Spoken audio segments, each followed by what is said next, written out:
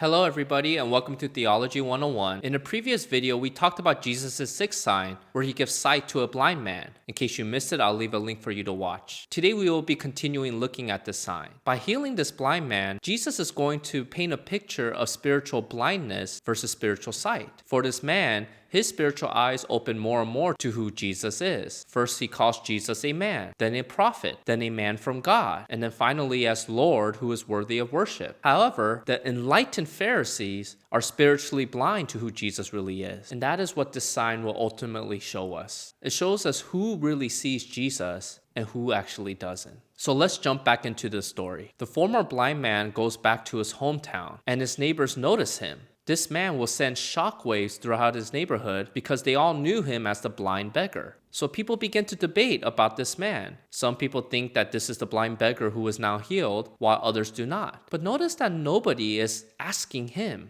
even though he is standing right next to them. They were so used to ignoring him that they are still ignoring him even after he has been healed. And since the people are wondering how this former blind man can now see, they ask him how he has been healed.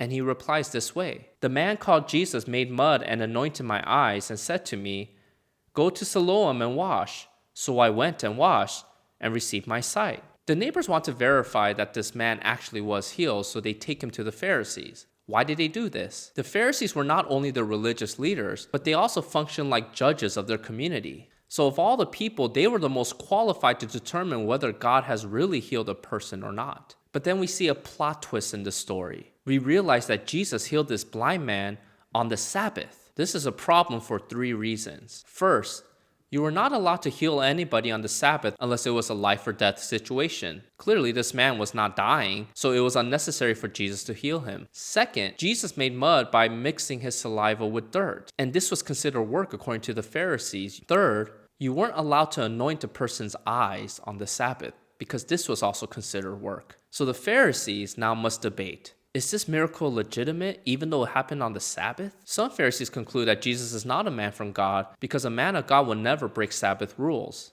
But others wonder how a man can open the eyes of the blind if he is not a man from God. So they turn their attention to this blind man and ask him some questions. They ask him what he thinks about Jesus, and he replies that Jesus must be a prophet. Keep in mind that this man was not allowed to be in the temple because he was blind. Yet he is able to see Jesus better than these religious leaders. The Pharisees don't like what they hear, so they want to verify whether this man was really born blind by talking to his parents. Now, the Pharisees are not asking in order to find the truth, but they are trying to put pressure on the parents to lie about his blindness. There is a hidden threat by the Pharisees to the parents because the parents knew that the Pharisees have already said that if anyone says that Jesus is the Messiah, they will be excommunicated. And we see their threat works because the parents throw their son under the bus and say this: "We know that this is our son, and that he was born blind, but how he now sees we do not know, nor do we know who opened his eyes.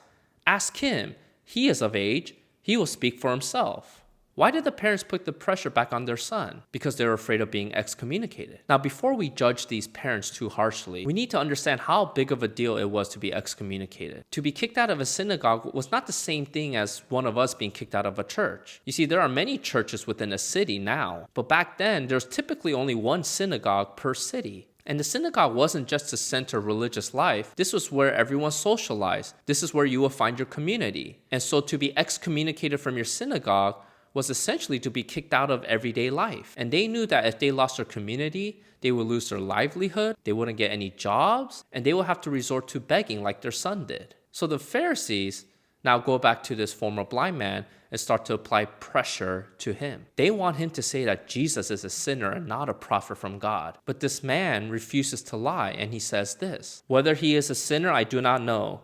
One thing I do know, that though I was blind, now I see." The Pharisees can't deny that this man has been healed, but they can try to deny his testimony. But seeing that this man will not change his testimony, the Pharisees become very upset. And they say this to him: "You are his disciple, but we are disciple of Moses. We know that God has spoken to Moses, but as for this man, we do not know where he comes from." Notice how many times the Pharisees say, "we know." They say, "We know Jesus is a sinner. We know that God has spoken through Moses. We know that Jesus is not from God." Yet we know that they don't know anything about God. And so after saying all the things that they know, the former blind man now speaks up and says what he knows. We know that God does not listen to sinners, but if anyone is a worshiper of God and does his will, God listens to him. Never since the world began has it been heard that anyone opened the eyes of a man born blind. If this man were not from God, he could do nothing. The Pharisees say everything they knew. The blind man says what he knows. And we see a contrast between the blind man who truly sees versus the Pharisees who are spiritually blind. Do you notice that the man said that no one has been able to heal a person who was born blind? And we know from history that a person born blind has never been healed until 1728 through surgery. Yet Jesus healed this man born blind with mud. So how do you explain that, Pharisees? At this point, the Pharisees should have bowed and worshiped Jesus as God because they knew the Old Testament. They knew Isaiah 29, Isaiah 35, and Isaiah 42. They knew of all the passages that said that the Messiah is able to give sight to the blind and display divine power. They should have listened to this former blind man and declared that Jesus is the Messiah. But instead of responding this way, their spiritual blindness prevents them from seeing what is so clear. Instead, they are filled with hatred towards this former blind man and they kick him out of the synagogue. But the irony of the story is that the Pharisees are the ones who are blind, and this blind man is actually the only one in the story who sees. Jesus said that this man was born blind so that the glory of God may be displayed through him. Through this blind man's testimony, we see the clearest description of Jesus as the Messiah who is able to give sight to the blind. Truly, this man's blindness did lead to the glory of God. And so we saw in this sign a story of a blind man who sees and those who see who are blind. The question is, who are you in this story? Are you like the neighbors who ignore those who are suffering? Are you like the Pharisees who assume that because you're religious that you see God? Are you like the parents who might know the truth about Jesus, but you're too afraid to say it because of all the consequences that might come with it? Or are you like this blind man, knowing that you were once a spiritual beggar, but that now that God has given you spiritual sight, you will declare his works to the rest of the world? If you found this video helpful, please like it and share it with a friend. In the next video, we'll be going over the seventh sign, so please make sure to subscribe and hit the bell notification so that you will know when it will be released. Until next time, see you.